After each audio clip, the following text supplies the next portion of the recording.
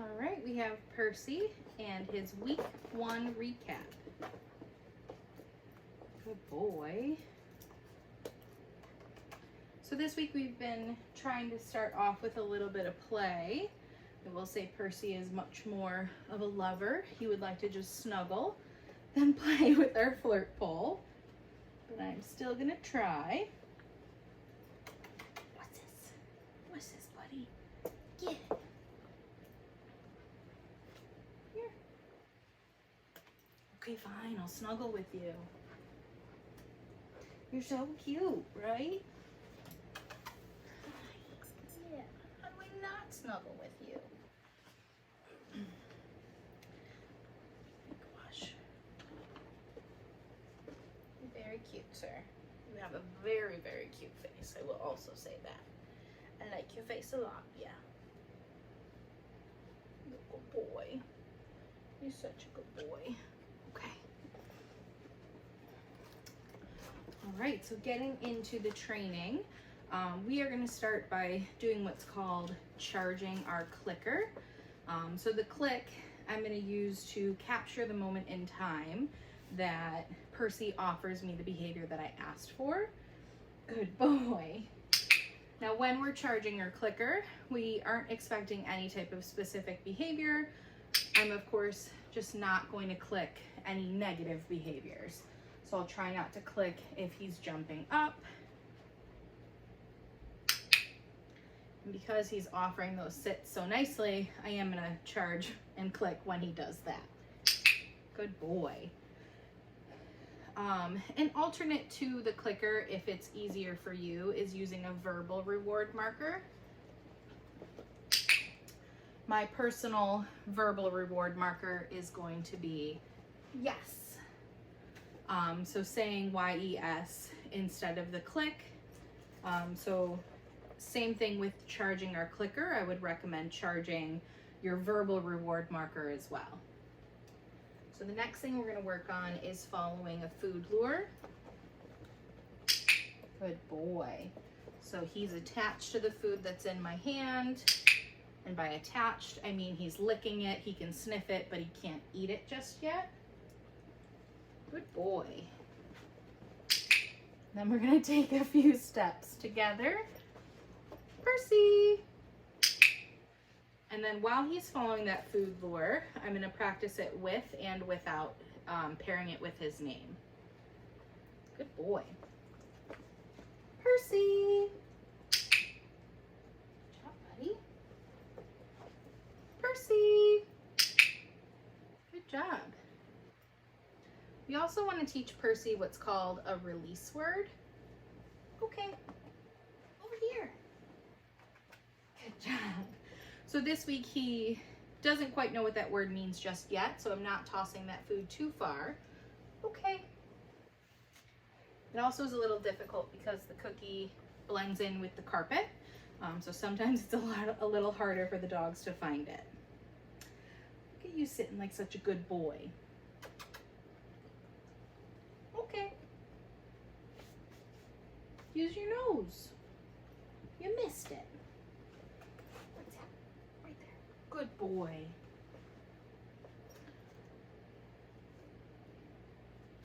All right, and the next thing that I want to work on is our SITs.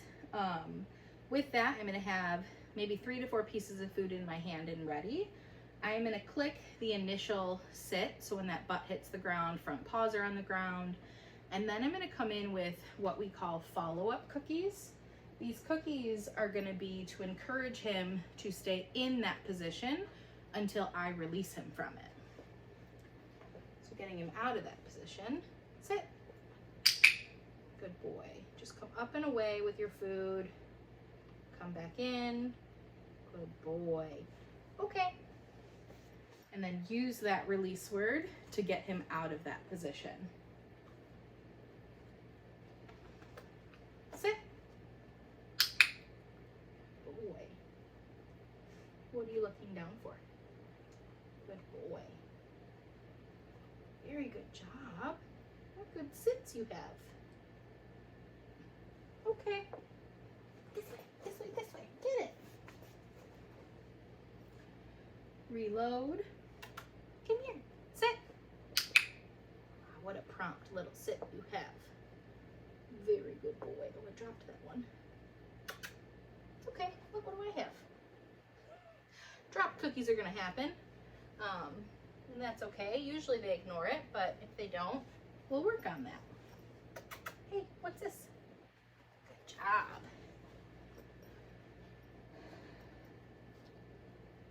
All right, buddy, you wanna do something else? Wanna work on our hand targets? So the next thing we're gonna work on is what's called a hand target. With that, I'm gonna have the food, I can either wedge it between my two fingers, or I like to cover it with my thumb. That way Percy can still sniff it and lick it and follow my hand. The purpose of the hand target, let's start by demonstrating. So showing him that I have the food, I'm gonna pull my hand away, touch, and as soon as I feel that nose, that's what I'm gonna click and feed. Touch, good boy. Touch. So the hand target I like to use as somewhat of an informal recall. So if I need to call him back inside, touch, and he doesn't quite know his formal recall word yet, I'll use my hand target. Another great way to use this, okay, is if you guys are out and about, he's maybe a little distracted by another human passing by or another dog passing by, I might ask him for a hand target to get his focus back on me. And then once he's focused back on me, we'll continue doing whatever it was that we were doing. You missed your cookie again. Although now I can't find it blended into the carpet. Oh, I see it. Good boy. What's this? What's that? Good boy. All right, now that we've worked a little, let's see if he wants to play a little. He says, no thanks, lady. Oh, good boy. Yeah, good boy. You bit it a little. What's that? What's that, buddy? No.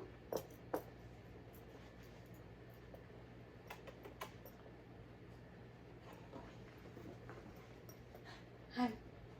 Okay, we can play that game because you like to follow me. We're gonna play a little chase me name game. So, giving Percy some food over there. What's that? Right there.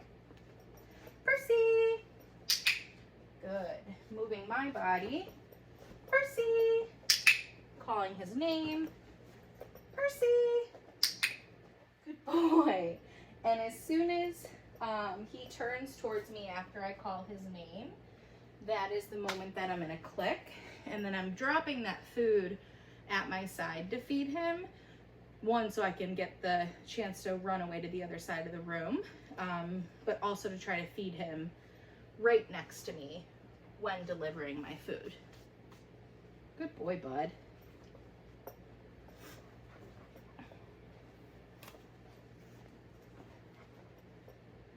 Another really important thing with puppies and playing name games, I only said his name once, and he was very responsive to that, so that worked for me.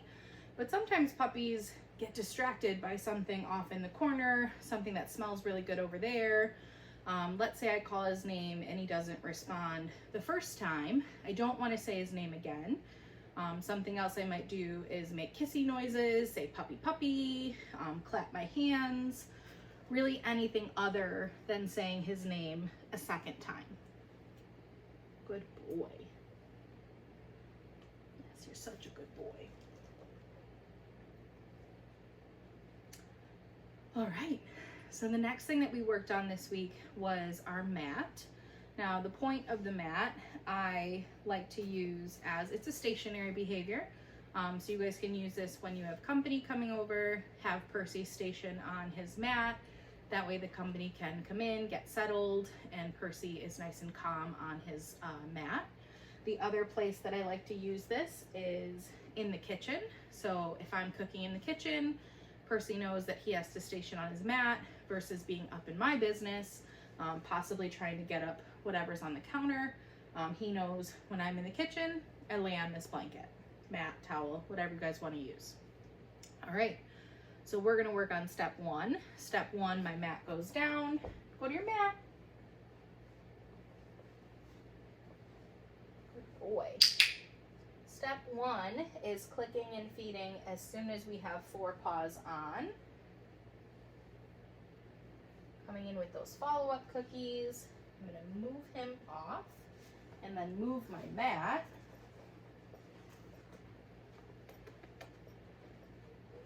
Go to your mat. Good boy. I love it. So see how he put himself into that nice DOWN?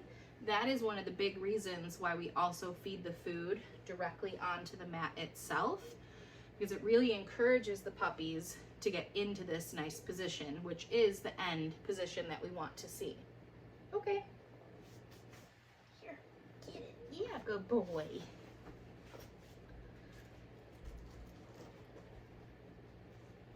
All right, let's do that one more time, mister.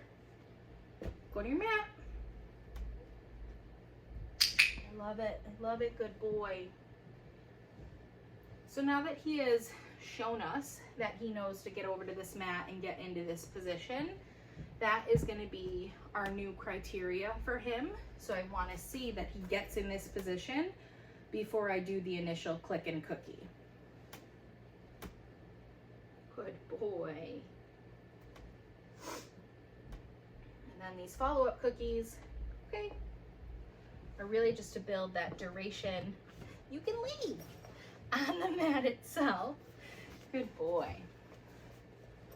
We're gonna do it one more time because I want to see that you can get into that spot again. Ready? Go to your mat. Good job, bud. Yeah,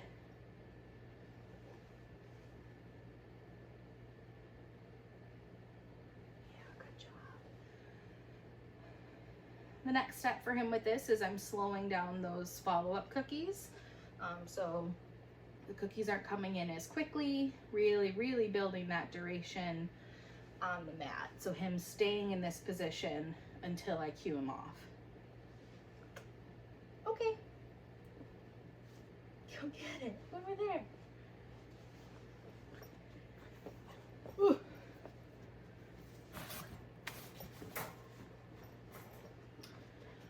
All right, handsome. And then the final thing that we worked on this week is going to be our handling exercises. So for that, we're going to practice getting him ready for when he goes to the vet or when he goes to the groomer.